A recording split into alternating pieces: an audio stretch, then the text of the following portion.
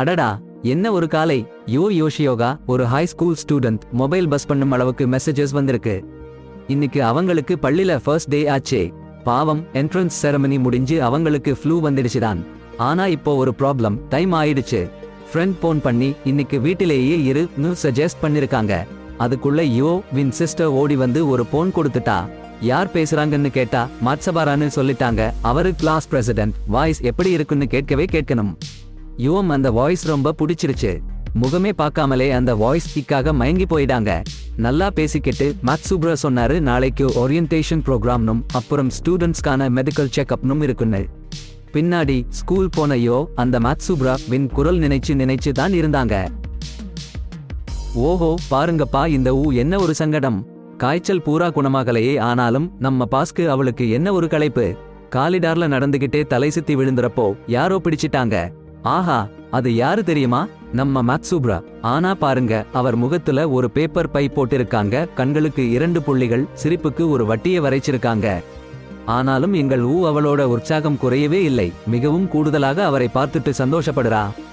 ஆனா நம்ம மேட்சுபரை கவனிச்சாரு. இன்னும் காய்ச்சலோடு உள்ளாங்க. அவரு கிளாஸ் ரெப்ரசன்டேட்டிவ் என்பதால் அவளுக்கு ஸ்கூலின் கிளினிக் வரை தனியாக எஸ்கார்ட் செய்து கொண்டாரு.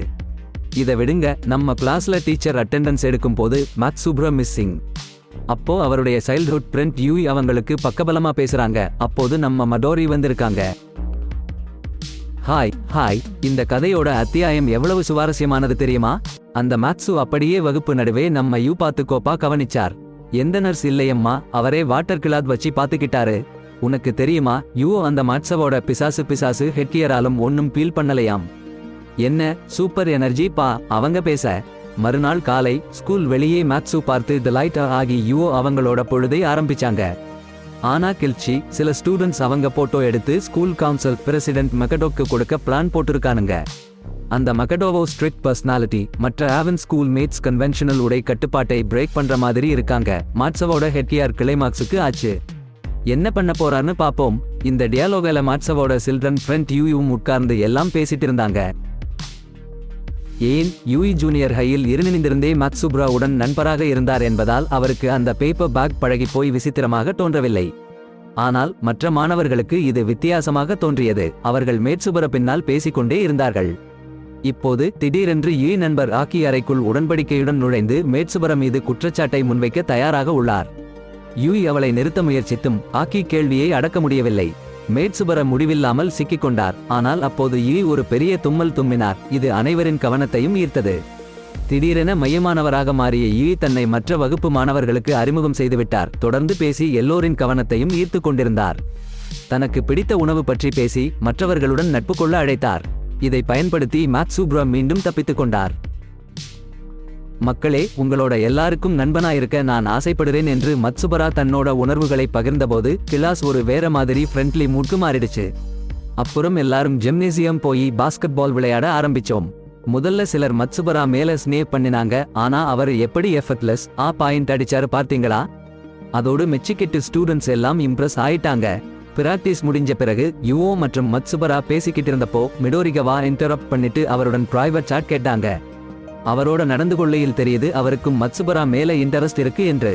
ஆனால் அவங்க பிரைவேட் சாட் ஆரம்பிக்கும் முன்னாடியே ஹயோட்டோ கிம்னாசியம்ல வந்து மாட்சுபராவை கடுமையா எதிர்த்து பேச ஆரம்பிச்சாரு. படகூடத்துல நிக்கிற கூட்டத்துல இருந்து மாட்சுபரா மாணவரை மண்ணா கொட்டிய ஹயோட்டோ பேப்பர் பேக் போட்டுக்கிட்டு முகம் மறைக்கிறவங்களால எப்படி நம்பிக்கை வைக்க முடியும்னு கேட்டு எல்லாரையும் பார்த்து பாத்திரங்களை சீண்டினார். அப்புறம் கூட்டத்துல இருந்து முன்னாடி கூப்பிட அவங்க குழப்பத்துல ஒரு வார்த்தைக்கும் பதில் சொல்ல முடியல. ஹயோட்டோ அவங்களோட கேள்விகளுக்கு மாட்சுப்ராயோட நல்ல பக்கங்களை சொல்ல முயற்சி பண்ணினாங்க. ஆனா அந்த பார்வைக்கு நிமிர முடியல.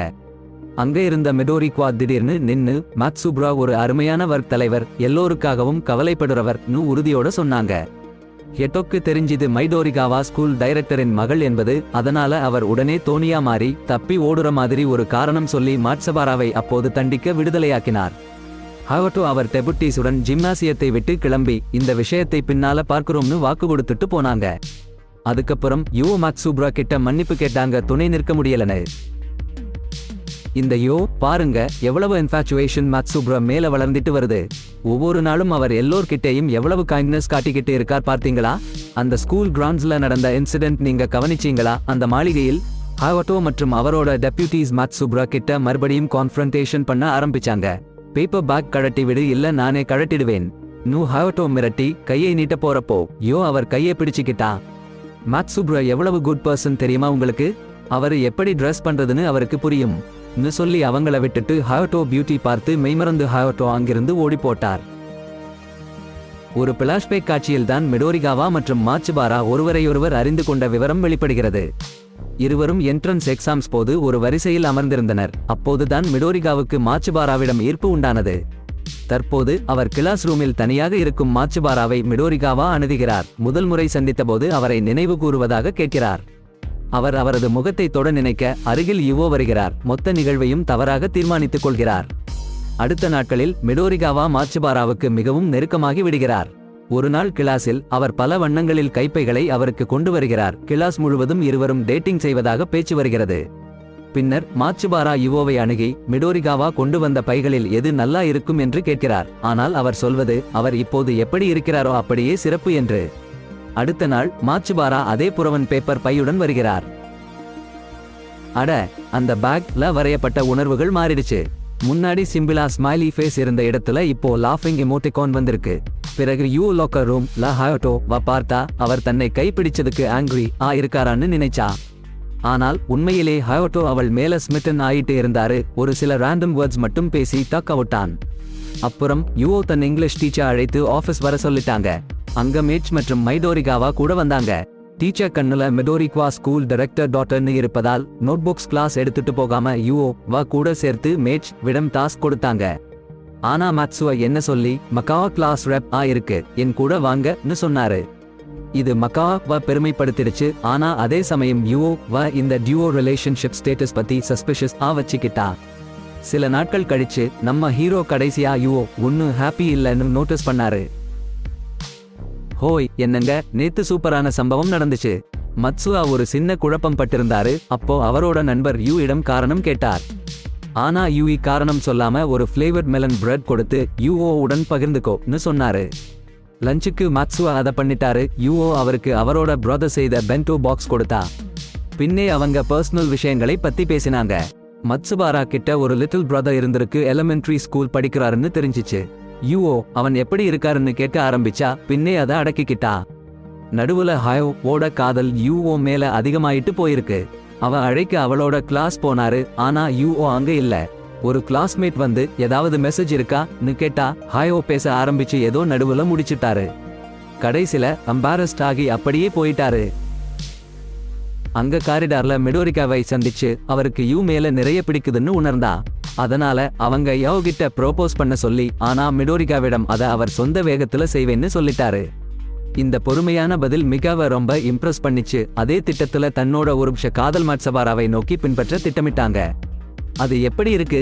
அதே நேரத்துல ரோவ்டோப்ல மற்றும் மாட்சாவுடன் லஞ்ச் சாப்பிட்டுக்கிட்டு பேச்சுவாக்கிட்டாங்க. மாட்சுவா பேப்பர் பேக் பின்னால இருக்கிற முகத்தை பார்க்க ஆசைப்பட்டாலும் அது அவருடைய தனிப்பட்ட சீக்ரெட்னு புரிஞ்சுக்கிட்டு அதை பத்தி அவருக்கு பிரச்சனையை கொடுக்காமல் விட்டுட்டாங்க. அந்த நாள் மாலை ஸ்கூல் முடியும் முன்னாடி டெப்யூட்டிஸ் ஸ்டூடெண்ட் கவுன்சில் ரோம்க்கு அழைச்சு அங்கே ஹியோட்டோவுடன் ஒரு பிரைவேட் மீட்டிங்கை அமைச்சு வைத்தாங்க. பிறகு ஹியோட்டோ வந்து தன்னோட கோபம் காட்ட நினைக்காமல் பேச மட்டும்தான் நினைச்சேன்னு விளக்கினார். இந்த விளக்கம் யோவுக்கு ஒரு பெரிய நிம்மதியை கொடுத்தது. அவளுக்கு எப்போதுமே அவர் ஒரு கண்டிப்பான பயங்கரமான நபராக தோன்றினார். ஆனால் நிஜத்தில் அவர் ஒரு சாதாரண நல்ல மனிதர் தான். அதே நேரத்தில் மாட்சுவா நூலகத்தில் மக்காவை சந்திக்கிறார். அவள் அவரிடம் தனியாக அவரது முகத்தை காட்ட கேட்கிறாள். ஆனால் அவர் மறுக்கிறார். இது மாட்சுவாவை கொஞ்சம் கோபப்படுத்தினாலும் அந்த இருவர் இப்போது டேட்டிங் செய்வதாக வதந்திகள் பரவ ஆரம்பிக்கின்றன. இந்த வதந்தி யூவின் காதில் விழுகிறது. எனவே அவள் வீட்டில் போய் பம்கின்ஸ் சமைக்க முடிவு செய்கிறாள். சில நாட்களுக்கு முன்பு மாட்சுபுரா தனது பிடித்த உணவு பம்கின் என்று கூறியிருந்தார். இப்போது அவரது பிடித்த உணவை சமைத்து அவரை கவர திட்டமிடுகிறாள். மறுநாள் மதிய உணவின் போது மாட்சுபுராவுக்கு யூவின் அப்பாவித்தனத்தினால் இழுக்கப்பட்டு அவரின் ரெட் மோ கை நீட்டுகிறார். கை தொடுவதில் பிரச்சனை இல்லை என்றாலும் அவரின் கை தொடும் முன்பு தும்முகிறாள். இது மாட்சுபுராவை நிஜ உலகுக்கு கொண்டு வருகிறது மற்றும் அவர் உடனடியாக தனது கையை பின்வாங்கி வெட்கப்படுகிறார். அப்போ மாட்சுவா என்கிற பையன் இப்ப அங்க கிட்ட ஒரு பம்கின் கேண்டி வாங்க வந்தான். திடீர்னு ஒரு ரூமர் பற்றி கேட்டான். கிட்ட போயிட்டு நான் கேட்ட கதை ரொம்ப டிஸ்டர்ப்ட் ஆக்கிடுச்சுன்னு சொன்னான். மேக்ஸுவ ஒரு மெதுவான வியப்போட, நான் யூஓ கிட்ட என் லாப் பத்தி சொல்லணும், ஆனா முதல்ல என்னோட பேப்பர் பேக் சீக்ரெட் பத்தி சொல்லிடணும். இது எனக்கு ஒரு பயமா தோணுது, ஆனா இப்ப சொல்ல முடியாதுன்னு திறந்தான். அதே நேரம் உயிஜி ஒரு ரெஸ்டாரண்ட் வெளியே ஒரு போஸ்ட பார்த்து ஒரு ஐடியா கிடைச்சிச்சு. அவன் யூஓவா ஒரு பாபக்யூ பிக்னிக் சம்மர் ஹாலிடேஸ்ல அழைக்க விரும்பினான். இந்த டைம்ல மேக்ஸுப்ரையும் மற்றொருத்தர் டேட்டிங் பண்ணுறாங்கன்னு பத்தி சுத்தி இருக்க கிளாஸ் ரூம்ல இருந்து 2 கேர்ள்ஸ் பேசிக்கிட்டு இருந்தாங்க. யூஓ அதை கேட்டுட்டு அவளோட ஹார்ட் வலிக்க ஆரம்பிச்சு. மிடோரிக்வா முன்னாடி வந்து ஒலியேற்றி சொல்லிட்டாங்க, நானும் மேக்ஸுவ இருக்கும் காதல் எல்லாம் இல்லை. அப்புறம் என்னை ஒரு ரகசிய பேச்சுக்கு வெளியே அழைச்சாங்க. வெளியே மைடோரிகாவா தன் மனசுல இருந்து மேட்சுபர மேல இருக்கிற பல காதலை விட்டு சொன்னாங்க. அதுவும் ஓரம் கட்டி ஒருதலை பாசம். இத கேட்டு யூ குழம்பி போயிட்டாங்க. இதெல்லாம் எனக்கு ஏன் சொல்றாங்கன்னு. இதெல்லாம் நடக்கும்போது ஸ்கூல் கவுன்சில் பிரசிடென்ட் ஹயோட்டோ ஒரு நிமிடத்துக்கு தனியா மேக்ஸுவ இடம் பேசவா வர்றார். அவர் ஸ்ட்ரெயிட் அவே யூஓ மேல எனக்கு ஆசை, ஃபேர் ஆய் போட்டி போட போறேன் அப்படின்னு சொல்லிட்டு மற்றபடி ஏன் சொன்னார்னு எந்த விளக்கமும் தராம விட்டுட்டு போயிட்டார். இப்ப மேக்ஸுப்ரம் முழுசு குழப்பமா இருக்கும் நிலையில ஸ்கூல் பில்டிங்குக்குள்ள போயிட்டு யூஓ அவங்களோட மோதலா சாயாமல், சம்மர் ஹாலிடேஸ் அது பிபிக்யூ பிக்னிக் வா, யூவும் நானும் இருக்கோம் அப்படின்னு ஆவலோட கேட்டார். யூஓ அதுக்கு கேட்டு நிலாவில் ஒரு ராக்கெட் போல பறக்கிட்டாங்க.